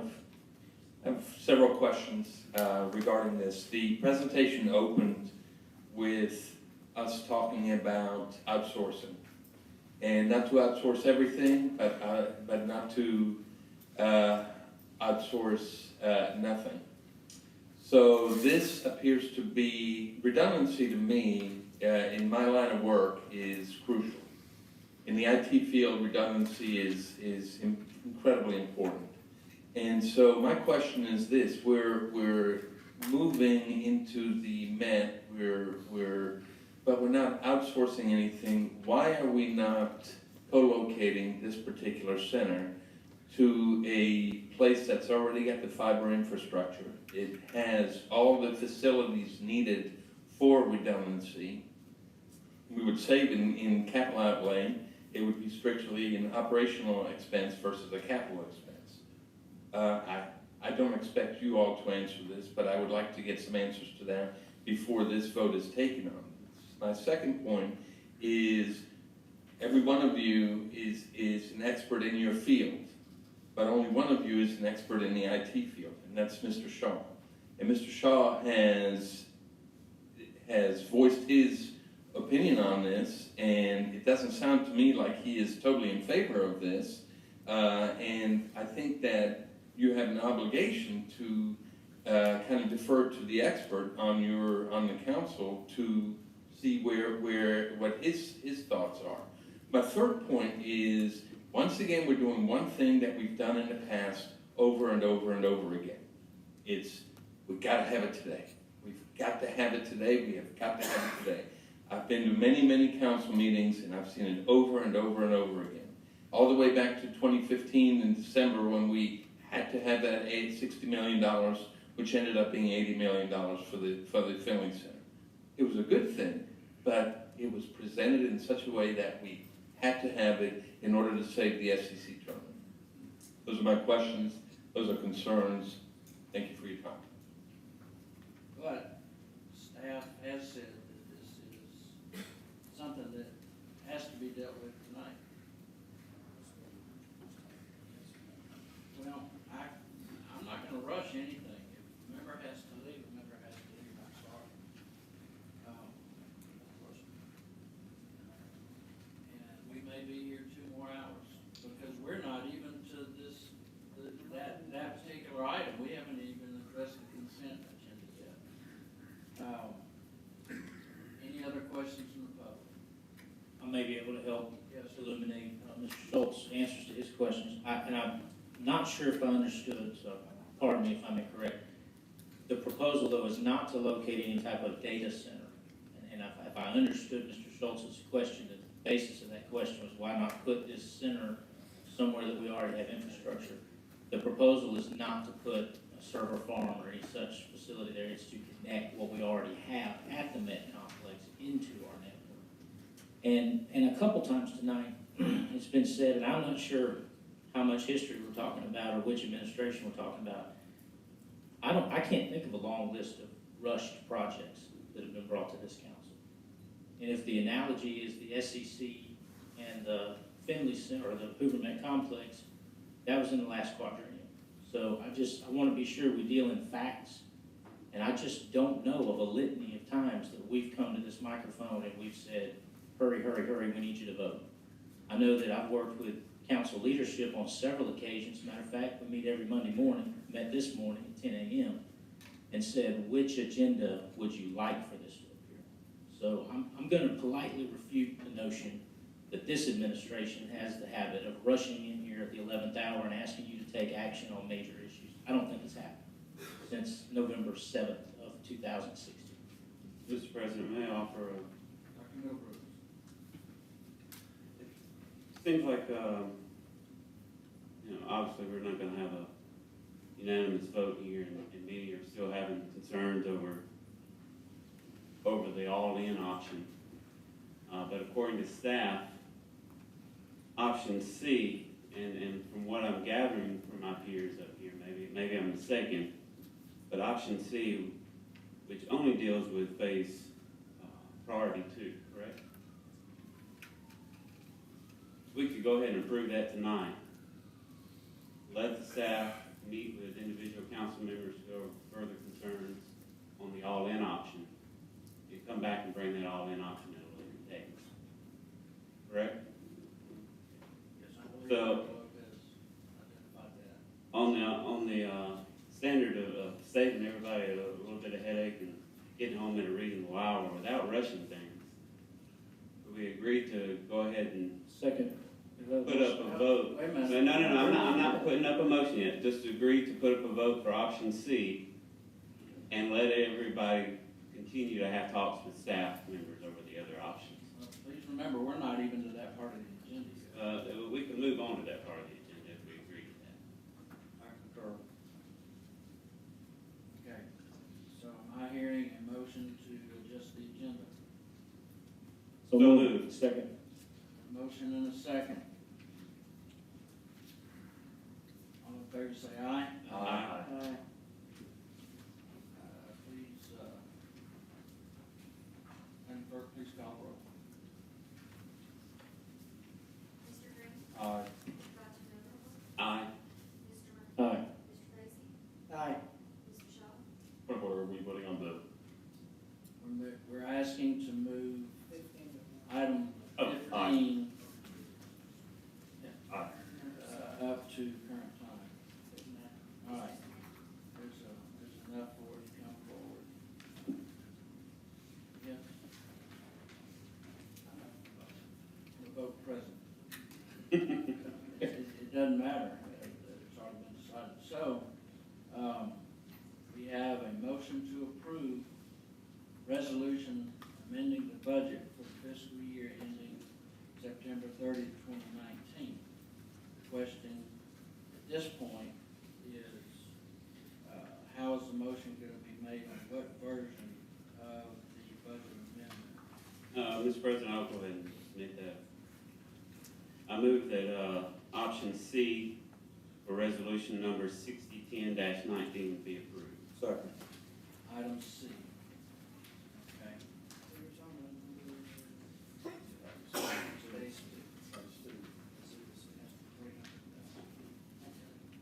Now, since we're on the budget amendment, let's talk about the other things on the amendment. Yeah. Sure. Basically, we have the 15,000 in additional equipment for the fire pumper that we discussed the other night. We have a couple of items that What involve. type of equipment are we talking about? Is it just standard stuff, chief, that doesn't come with a new pumper? Houses,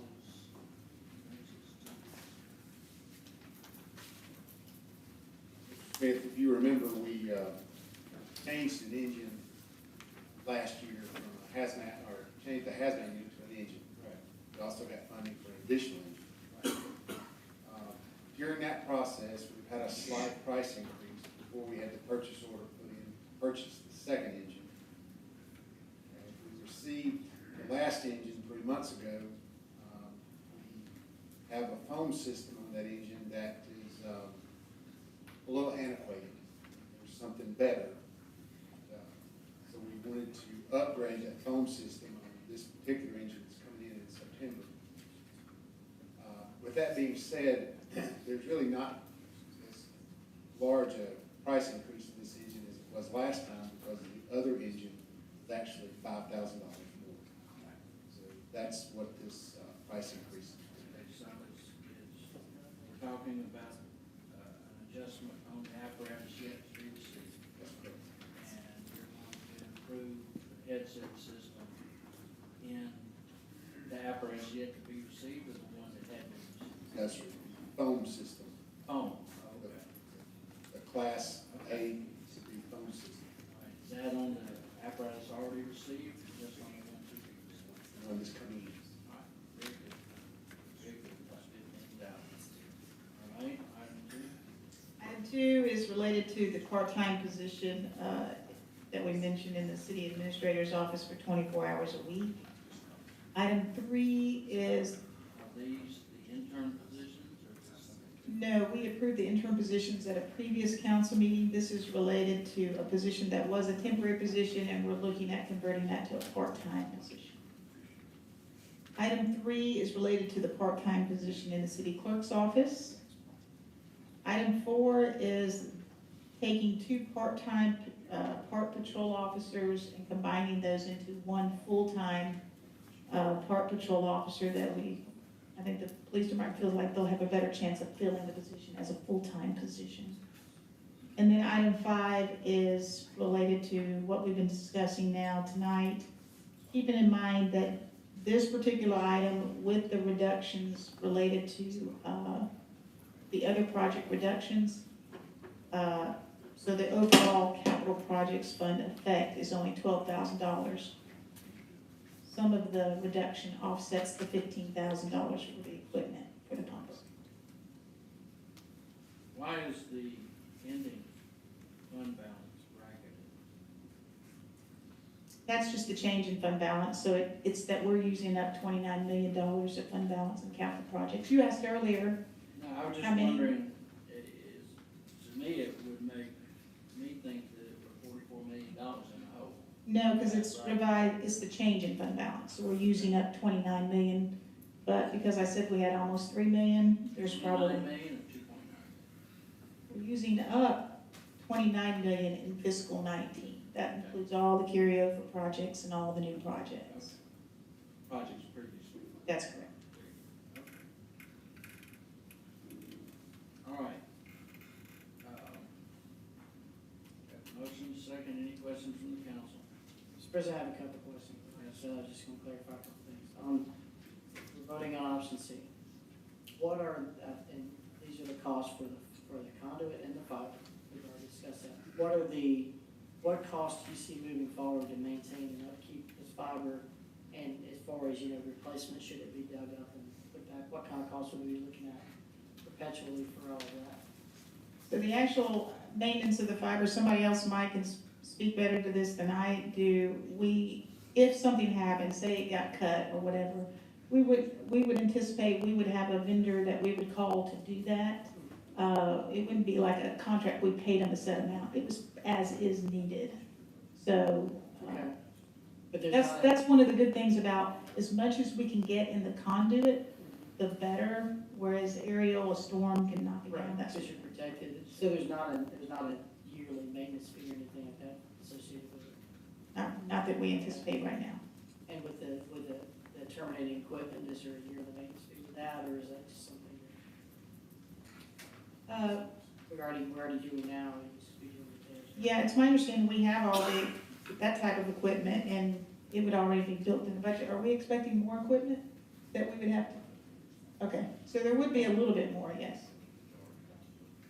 We do already have in place the majority of it.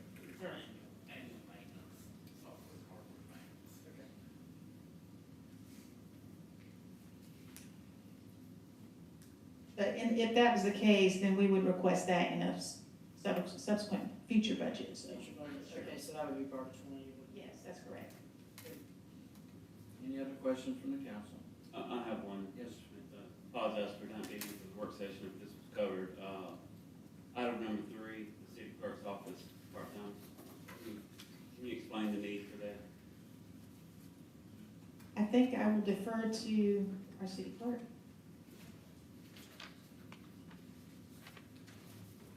Alan, are you stepping up for it, or you? I can.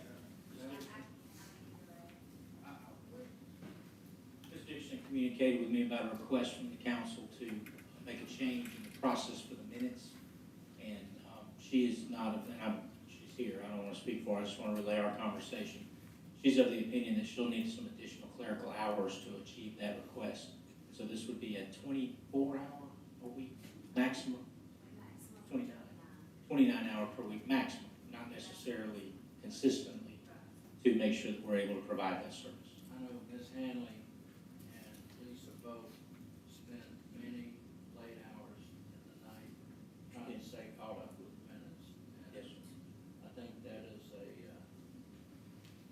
misjustice of the council to put that kind of labor-intensive product on the staff, especially when you have such important information as documenting meetings that we hold, not just this meeting, but planning and zoning, BZA, committee meetings and all that.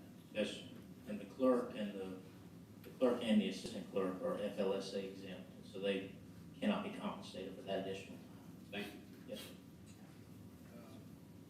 The administrative assistant, what will that person be? And administrative services specialist for the city administrator, what will that person be? Yes, sir, that was created as a temporary position, and one of our recent retirees was placed in that position. She's helped with the transition in the clerk's office that you're all aware of. in between those duties, while we were waiting for different staff to come on board and be eligible to be trained. She's also assisted us in engineering, and of course, with her particular background, she comes from a diverse, yes, sir. And, but that was a temporary position. We see a significant need for her to be able to stay on board in a part-time capacity and assist us across the city. She's got 33 years of experience in a number of different city departments. We hope that this is trend setting. We hope that we come to you at budget time with several different iterations of how to use the institutional knowledge rather than having a retirement party and letting 33 years walk out the door. We think we can do this at low cost and retain a lot of that information and talent. I think it's a good opportunity to create those programs. Common practice in schools as well. All those years of knowledge of teachers come back to substitute for part-time. And just for perfect clarity, we're asking to attach that position to my office. She probably won't be doing much, if anything, for me, but that'll be her home base where her timesheet will reside, and that's where we'll coordinate her time in different city departments. That was the reason for attaching it to my office. She can have a city vehicle, No, sir. so she won't have to split her days using a personal vehicle going from place to place. If she moved within the workday, she'd be eligible for mileage, but I don't envision that. I think she'll be 3 weeks here, 2 weeks there, that kind of thing. Yes, sir. I just don't want her to be costing her anything to work here. Yes, sir. All right, anything else? Especially I have one question, clarification. Casey, when you made the motion, you talked about bringing the rest back at the next meeting. Are we dedicated to having more conversations about this before we look at the rest of this? That would be on individual council members' own time, I believe. Okay, good deal. All right. Hearing no other questions? Suppose I can say one thing, Yes. just kind of wrap up, think life a little bit. Is this spend, spend, spend? You know, if people wonder why government spending goes like that, and it's not always on the important things, this is what we have. We have all the elements here. We have the 3 options, a real expensive one, and then this one in the middle, none of which is the option not to do it. We have what I believe to be a manufacturer imperative, because there are other options to fix these problems that don't involve this. You know, that's why this happens, and it's been very enlightening to see this, and it really makes me question a lot of other things that we've seen come before us. I think we're just looking for reasons to spend the money, and I think it's going to pass. But here we go. Thank you, Mr. President.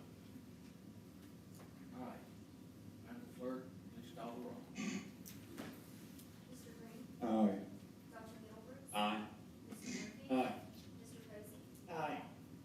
Mr. Shaw? Nay. Mr. Smith? Nay. The item passes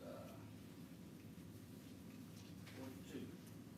All right, now let's move back to our consent agenda.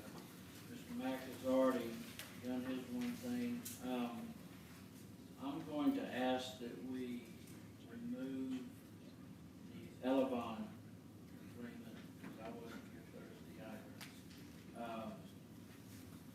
I'd like to get some information on what these terms of service are. So, with that, does anybody else have anything they would like to move to the regular agenda? Hearing none, Mr. Corley, if you would handle items 7, 8, 9, 11, 14. Resolution number 6008-19 authorizes the mayor to execute any and all documents necessary to implement an amendment to the employee retirement plan designated as the city of Hoover deferred compensation plan. Resolution 6009-19 accepts public improvements for the public right of way. Resolution 6011-19 approves the amendment to tax abatement for the Iberia Bank project. Resolution number 6014-19 accepts the change order for the Hoover City Hall renovation project. Resolution number 6016-19 approves an alcohol license from Aldi Inc. And item 14 is the payment bill. Could we include 6013-19? That's what we pay, is coming off the consent Okay. because of the change to the Okay. resolution. So President, I move for the approval of the consent agenda. Second. Motion is second. Any comments or questions from the council? Having none, all in favor say aye. Aye. Those opposed, nay. The ayes have it. Now let's move to item 10, resolution authorizing the mayor to enter into agreement with Elevon and addendum to the terms of service for government license institutions. Is this just some federally required notifications, or are they changing our plan or policy or whatever? This is actually just an additional credit card agreement that's not already in existence for the rec center for their normal credit card billing. So anything that they're gonna bill related to memberships and so forth, we are putting in place the ability for them to do that with a credit card. What is the rate?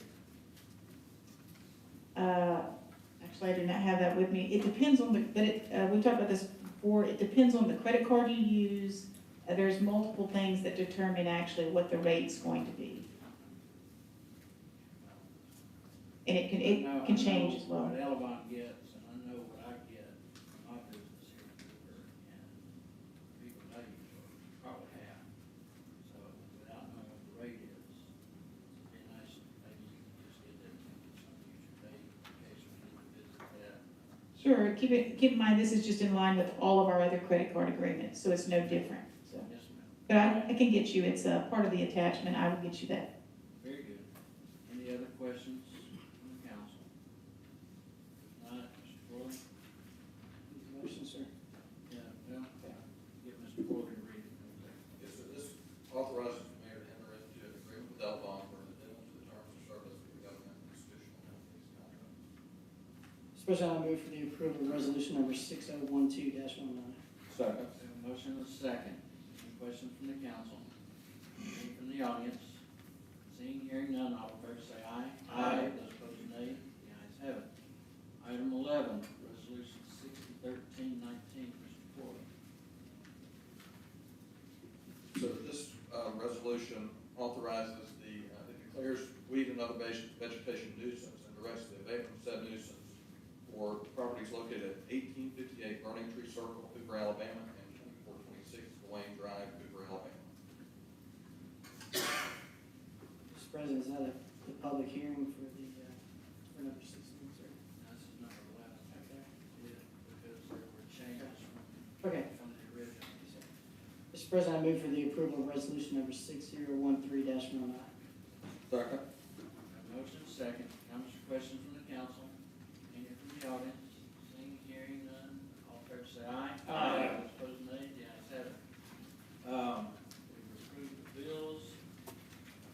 Moving on to the regular agenda, resolution 60. Well, we've already dealt with that. Item 16, resolution 6004-19. This is different than item 11, correct, Mr. Ford? Yes, sir. First, we need a public hearing. Mr. Mack, would you please explain what we're voting on here?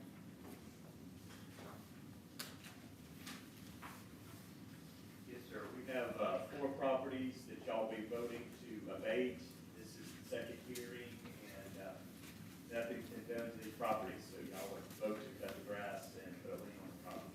Those addresses being, Those addresses are 2384 Chapel Road, 3256 Mockingbird Lane, 425 Shades Avenue, and 2240 Tyler Road. okay, any questions for Mr. Mack from the council? From the audience?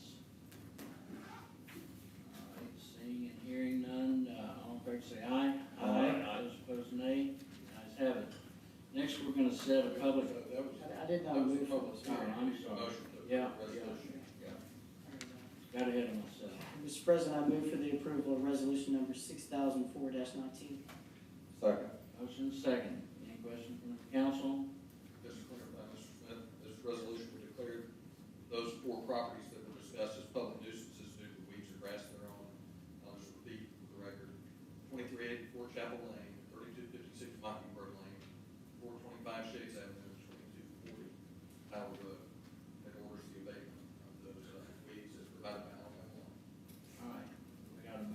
second. All in favor say aye. Aye. Those opposed, nay. The ayes have it. Next is to set a public hearing for June 17th here in the council chambers at 6. Ordinance number 19-2437. Mr. Corley.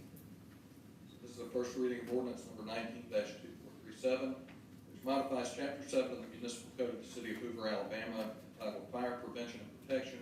This modification is intended to replace certain provisions of the 2015 International Fire Code adopted with certain amendments by the city of Hoover on December 15, 2014. The amendments are fully set forth in this proposed ordinance. Chief Bentley, do you have anything you'd like to say tonight, or do you want to have your fire marshal here? Yes, and I can speak on the 3 items quickly if you will, or would you like? Yes, sir.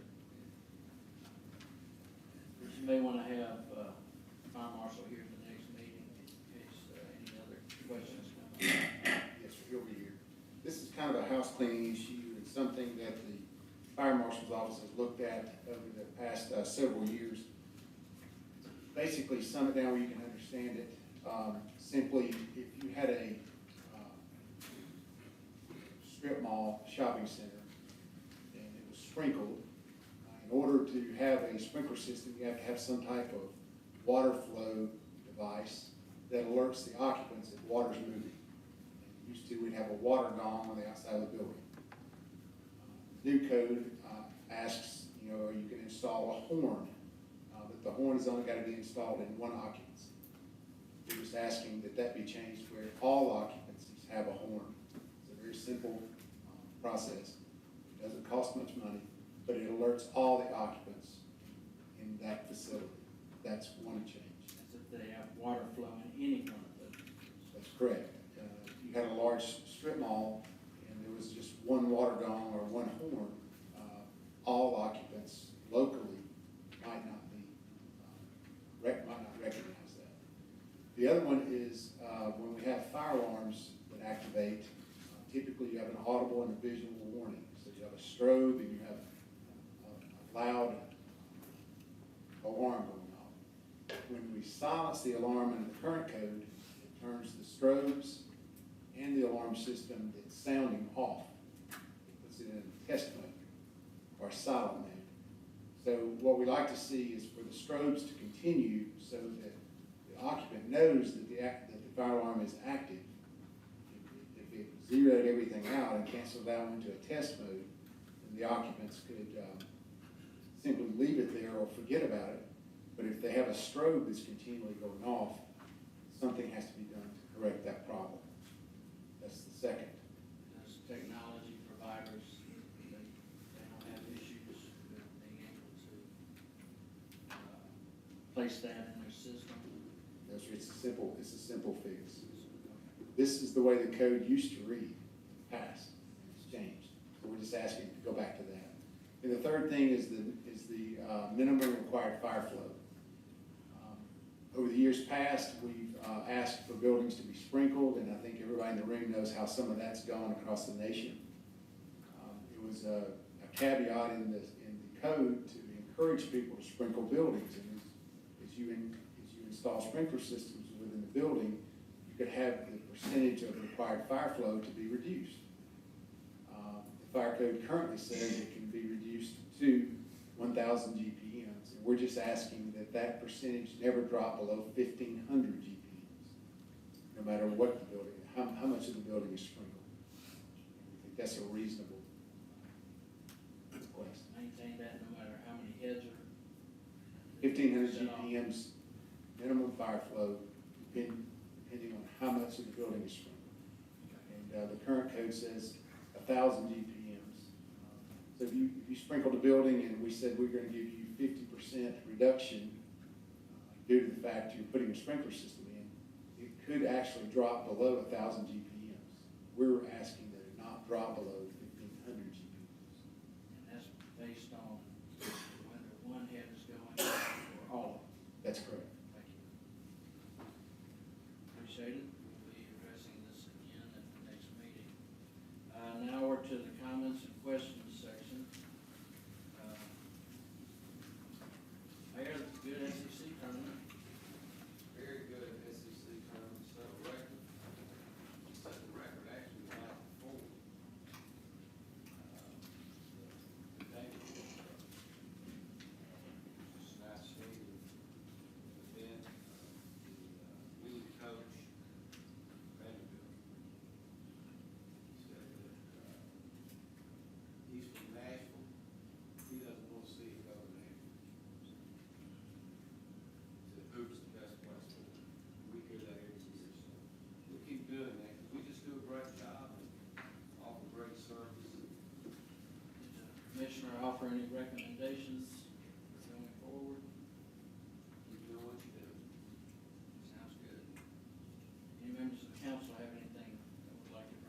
President, before, this will be the last meeting before we have the performances in the Galleria, the week of the 10th, starting on the 13th.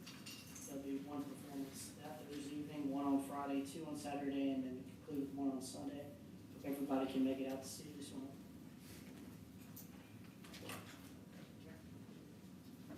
Anything else from the council? Anything from the audience? Well, it's been a long night. Things got kind of edgy.